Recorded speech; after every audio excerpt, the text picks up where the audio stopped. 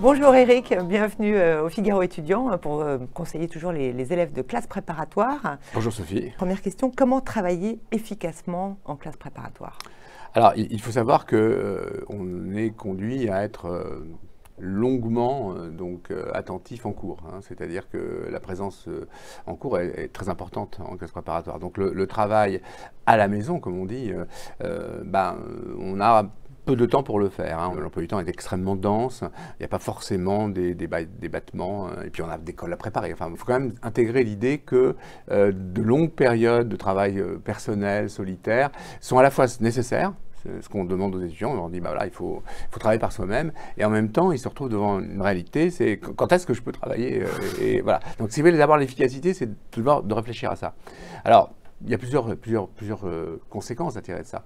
D'abord, ça veut dire qu'il faut quand même bien utiliser les vacances. C'est-à-dire que les vacances, là encore une fois, il ne s'agit pas de carboniser toutes ces vacances pour travailler. Il faut vraiment prendre des vacances, parce que c'est une année fatigante et il faut pouvoir décompresser et se changer les idées. Mais il y a à peu près 15 jours de vacances, il y a à peu près donc 2 semaines de vacances, il faut faire 50-50. 50% de vacances réellement et puis l'autre moitié du temps pour s'avancer dans son travail, pour rattraper son retard. Parce que une des réalités de la prépa, c'est qu'on est toujours en retard sur ce qu'on a prévu de faire, c'est le principe. Donc voilà, ça veut dire que peut-être en effet se ménager des moments de travail personnel tôt le matin, on en a déjà parlé, mais dans une vidéo précédente. Mais c'est peut-être aussi l'idée qu'il ne faut pas perdre son temps à des choses inutiles. Justement, sur ce point-là, j'ai déjà vu beaucoup d'étudiants en classe préparatoire qui me disaient « mais Sophie, je travaille énormément, je ne comprends pas, je n'ai pas beaucoup de résultats. » Et je leur demandais « mais qu'est-ce que tu fais exactement ?» Et là, je voyais qu'en fait, cette étudiante passait son temps à faire des fiches de livres, des heures à faire des fiches, et je me suis dit que c'était vraiment pas forcément une bonne solution. Alors, qu'en pensez-vous? Moi, je suis complètement d'accord avec vous, mais c'est un vrai sujet, et ça aussi c'est un sujet un peu tabou, parce que dès qu'on commence à toucher aux fiches, là, non mais les fiches, il y a un côté comme ça, effet placebo, l'étudiant fait des fiches, il a l'impression qu'il travaille, et donc il passe du temps à travailler, et il a la conscience pour lui. En fait, souvent les fiches, ça sert pas à grand chose. Le problème des fiches, il est double. D'abord, effectivement, on passe beaucoup de temps à ficher. Alors, on fiche quoi? Alors, on fiche des livres, mais est-ce que la fiche est bien faite?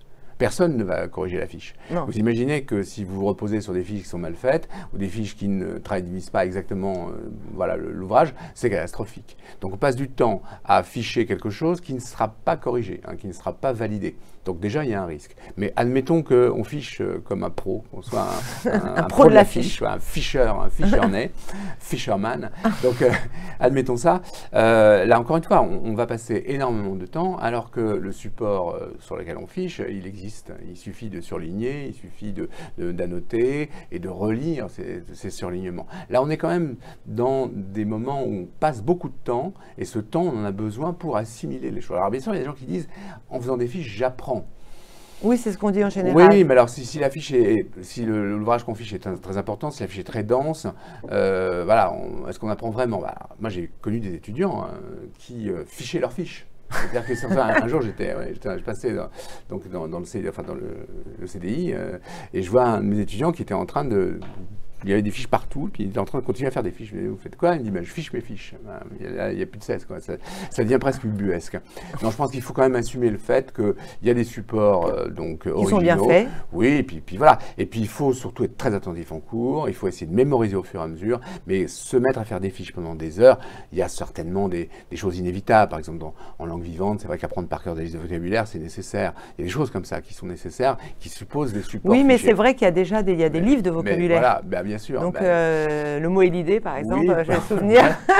ou aller sur Internet, il y a des listes déjà par thème, etc. Absolument, donc et c'est très bien fait. Ouais. On se les télécharge et puis on travaille là-dessus.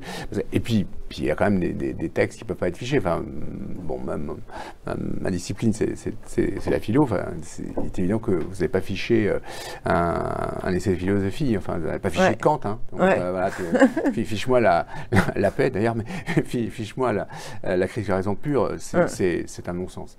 Donc ça, c'est déjà quelque chose qui est chronophage et qui est, à mon avis, assez inutile. Mais c'est vrai que quand on dit ça aux étudiants... On peut facilement perdre du temps. Oui, puis on s'aperçoit très vite qu'il faut se faire confiance quand même. Et puis d'autre part, on a quand même besoin d'exercer sa mémoire. Et s'obliger à mémoriser à mesure qu'on lit et qu'on assimile, c'est un très bon exercice. Hein. Les fiches, il y a un côté comme ça, bon, c'est pas grave, je fiche, et puis je réviserai. Au moment de mes révisions, je reprendrai mes fiches. Ouais. Alors si la fiche est ancienne, il faut qu'elle ait été bien faite, parce que sinon elle devient illisible. Vous savez, quand on fiche avec 2-3 mots comme ça, donc enfin, même l'encre disparaît. Oui, non, il y a des larmes, ça a déteint. Non, mais voilà, ça fait partie des choses, à mon avis, qui sont vraiment inutiles. Il faut utiliser son temps efficacement, en s'entraînant avec des annales, par exemple. Alors, les annales, oui, de toute façon, il faut... Alors, par exemple, en maths, c'est très important d'aller voir quel type de... Bon, il faut aussi lire les rapports de jury, les rapports de l'année précédente. Ça, on n'y pense pas forcément. Ah oui, mais c'est fondamental. C'est fondamental parce que de tout ça, souvent les jurys ont une certaine durée. Donc les rapports de jury, on le rappelle, ce sont des rapports qui sont publiés chaque année à la fin des concours pour faire un peu un espèce de bilan finalement de la période de concours, les défauts, les qualités des élèves. Voilà, c'est une obligation. Alors en général, il y a aussi un corrigé, en tout cas des esquisses de corrigé des épreuves qui ont été proposées l'année précédente, mais il y a surtout effectivement donc la recension des fautes qui ont été commises et puis un rappel des attentes du jury. Et c'est très important de savoir ce que le jury attend de vous. Hein, il ne faut pas partir comme ça en disant voilà, c'est une dissertation. Non, enfin, c'est une dissertation qui obéit à certains codes. Il y a des choses que le jury ne veut pas retrouver. Il y a des attentes du jury qui sont particulières. Ce pas des attentes évidemment extravagantes, hein, mais c'est important de rappeler. De savoir ce que veut le jury. Voilà. Par exemple, le jury rappelle. Exemples toujours les mêmes, hein, mais en philo, le jury a l'habitude quand même de rappeler que c'est quand même pas mal de bien écrire le français, quoi. Donc, non mais ça a l'air bête, hein, comme ça, mais quand c'est rappelé par le jury et que le jury dit, voilà, cette année, on a constaté qu'un grand nombre de copies étaient rédigées dans un français très approximatif, ce qui nous a conduit à donc minorer les notes, ah bah oui, là, l'étudiant, il se dit, bon sang, hein, c'est le type qui va me noter qui est en train d'écrire ça. Donc ça, lire les rapports du jury, c'est vraiment très, très important. Ça, c'est vraiment travailler efficacement. Et puis ensuite, évidemment, prendre l'habitude d'aller à l'essentiel et pas de se perdre dans l'accessoire. Hein, je crois que ça aussi, il faut bien comprendre que dans un concours, finalement, les connaissances, bien sûr, elles sont importantes. Mais elles ne sont pas si importantes que ça. Ça, c'est aussi très, très long à faire comprendre ça aux étudiants. Ce qui est beaucoup plus important, c'est la façon d'utiliser les connaissances qu'on a. Et donc, quelle que soit la quantité de connaissances qu'on a. Et souvent, la pratique de la méthode, c'est le maniement de la méthode lié à l'exercice de l'écrit ou de l'oral qui va faire la différence. Et pas la masse de connaissances qu'on a avalées. Donc il y a des gens qui partent dans les petits détails, etc.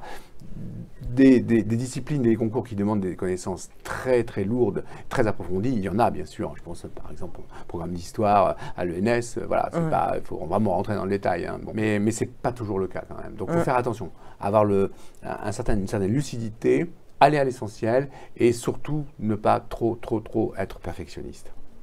Merci beaucoup. Ce sera le mot de la fin. Voilà, J'aime beaucoup cette phrase, ne pas être perfectionniste. Voilà, c'est un gros défaut. C'est un gros défaut lorsqu'on prépare ses concours. Absolument.